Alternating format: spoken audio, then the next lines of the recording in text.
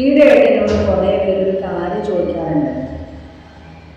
അതായത് തിരുവാതിരക്കളി എന്നുള്ള കലാരൂപം എല്ലാവരും കേട്ടിട്ടുണ്ട്. അപ്പോൾ കൈകൊട്ടിക്കളി എന്നുള്ളൊരു കലാരൂപം വ്യത്യസ്തമായിട്ട് കാണുന്നുണ്ട്. അത് എന്തായാലും വ്യത്യാസം? അത് രണ്ടും ഒന്നാണ്. അതും അല്ലെങ്കിൽ ഇതിൻ്റെ രണ്ടിൻ്റെയും സ്വഭാവം വേറെയാണോ? അത് എന്തുകൊണ്ടാണ് എന്ന് ചോദിച്ചിട്ടുണ്ട്. എനിക്ക് മനസ്സിലായ ചില കാര്യങ്ങൾ ഞാൻ പറയാൻ ശ്രമിക്കുകയാണ്. നമുക്കിതിനെ ഒന്ന് കാറ്റഗറൈസ് ചെയ്ത് നോക്കാം. ഒരു 30% ആൾക്കാർ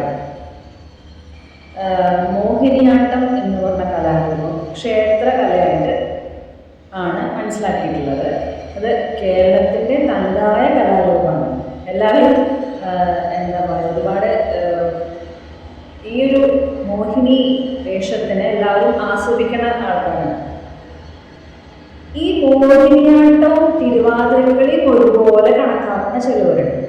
അതായത് ഈ മോഹിനിയാട്ടത്തിൽ നമ്മൾ എങ്ങനെയാണ് നമ്മുടെ അരമണ്ഡലം ഇരുന്ന് കൈ എടുക്കുന്നത്, അതേപോലെ തിരുവാതിരക്കളി ചെയ്യണ ഒരു വിധം ആൾക്കാരുണ്ട്, ഒരു തരം ആൾക്കാരുണ്ട്. അവരെ നമുക്ക് മാറ്റി നിർത്താം. അത് ആദ്യത്തെ കാറ്റഗറി.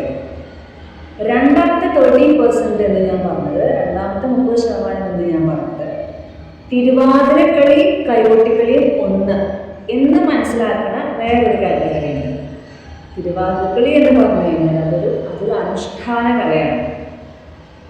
ധനുമാസത്തിലെ തിരുവാതിര നാളിൽ രാത്രി പാർവതി ദേവിയെ നമ്മൾ മനസ്സിൽ ധ്യാനിച്ച് കളിക്കുന്ന തിരുവാതിരക്കളി.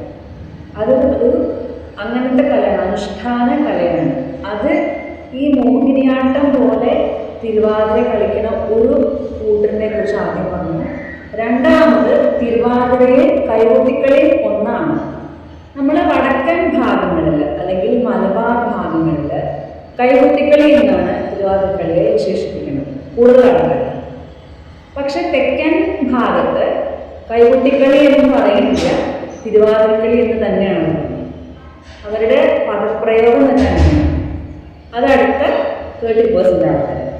ഇനി അത് കഴിഞ്ഞാലുള്ള 30% ആൾക്കാർ ഈ നമ്മളിപ്പോൾ കണ്ടുവരുന്ന കൈകൊട്ടിക്കളി എന്നുള്ള കലാരൂപം നാടൻ കലാരൂപമായിട്ടാണ് നമുക്ക് കാണാൻ പറ്റിയിട്ടുള്ളത്. നാടൻ ഈണത്തിൽ അവർ ഈ നോക്കിക്കൊണ്ടുള്ള ഒരു കലാരൂപമാണ്. അത് ആസ്വദിക്കുന്ന ഒരുപാട് ആൾക്കാരുണ്ട്. അത് വേറെയാണ്.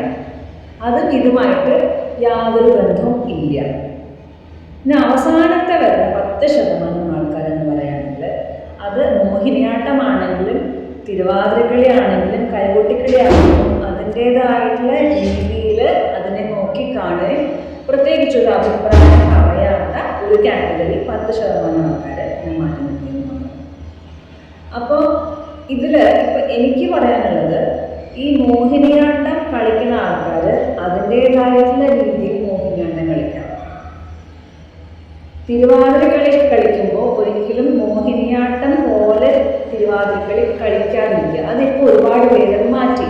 പണ്ട് അങ്ങനെയൊരു ചെറിയൊരു ലാഞ്ചന ഉണ്ടായിരുന്നു. പക്ഷെ ഇപ്പോൾ ഒരുപാട് പേര് അത് ഉൾക്കൊണ്ടുകൊണ്ട് ആ തിരുവാതിരക്കളിയുടെ രൂപത്തിൽ തന്നെ അവർ കളിക്കാനായിട്ട് ശ്രമിക്കുന്നത്. അപ്പോൾ ഇത് ഒരുപാട് സന്തോഷമുണ്ട് അങ്ങനെ കാണുമ്പോൾ. കൈകൊട്ടിക്കളി എന്ന് പറഞ്ഞ കലാരൂപം അതൊരു അനുഷ്ഠാന കലയായിട്ട് ഞാൻ മനസ്സിലാക്കിയിട്ടില്ല. അതിൽ നാടൻ ഈണങ്ങളും ഒക്കെ ചേർത്തുകൊണ്ട് അവരുടെ ഒരു പദപ്രയോഗങ്ങളെല്ലാം അതെല്ലാം ചേർത്തുകൊണ്ടുള്ള ഒരു കളിയാണ്. നാടൻ കലാരൂപമായിട്ടുള്ള ഒരു കളിയാണ് കൈകൊട്ടിക്കളി എന്ന് പറയുന്നത്. അതും ഇതും കൂടുതൽ ഈ തിരുവാതിരക്കളിയും കൈകൊട്ടിക്കളിയും ഒപ്പം മിക്സ് ചെയ്യാതിരിക്കുക. അത് നന്നായിരിക്കും എന്ന് എനിക്ക് തോന്നി. പിന്നെ അവസാനത്തെ വരുന്ന 10% ആൾക്കാർ ഇതിനെല്ലാം ഒരു എന്താ പറയുക, ഇൻഡിഫറൻ്റ് ആണ്. അവർ ഒന്നും പറയുന്നില്ല. അവർ എന്താണോ അവർക്ക് ഇഷ്ടമുണ്ടെങ്കിൽ അതവർ ചെയ്യുക എന്നുള്ള കാറ്റഗറിയിലുള്ള ഒരു 10% ആൾക്കാരും ഇന്ന് നമ്മുടെ നാട്ടിലുണ്ട്. അപ്പോൾ ഇത് എന്നോട് ഒരുപാട് പേര് ചോദിച്ചു, എന്നോട് എന്തെങ്കിലും ഒന്ന് പറയണം എന്ന് പറഞ്ഞു. അപ്പോൾ അതുകൊണ്ട് ഞാനൊരു വീഡിയോ ഇല്ല. ശരി.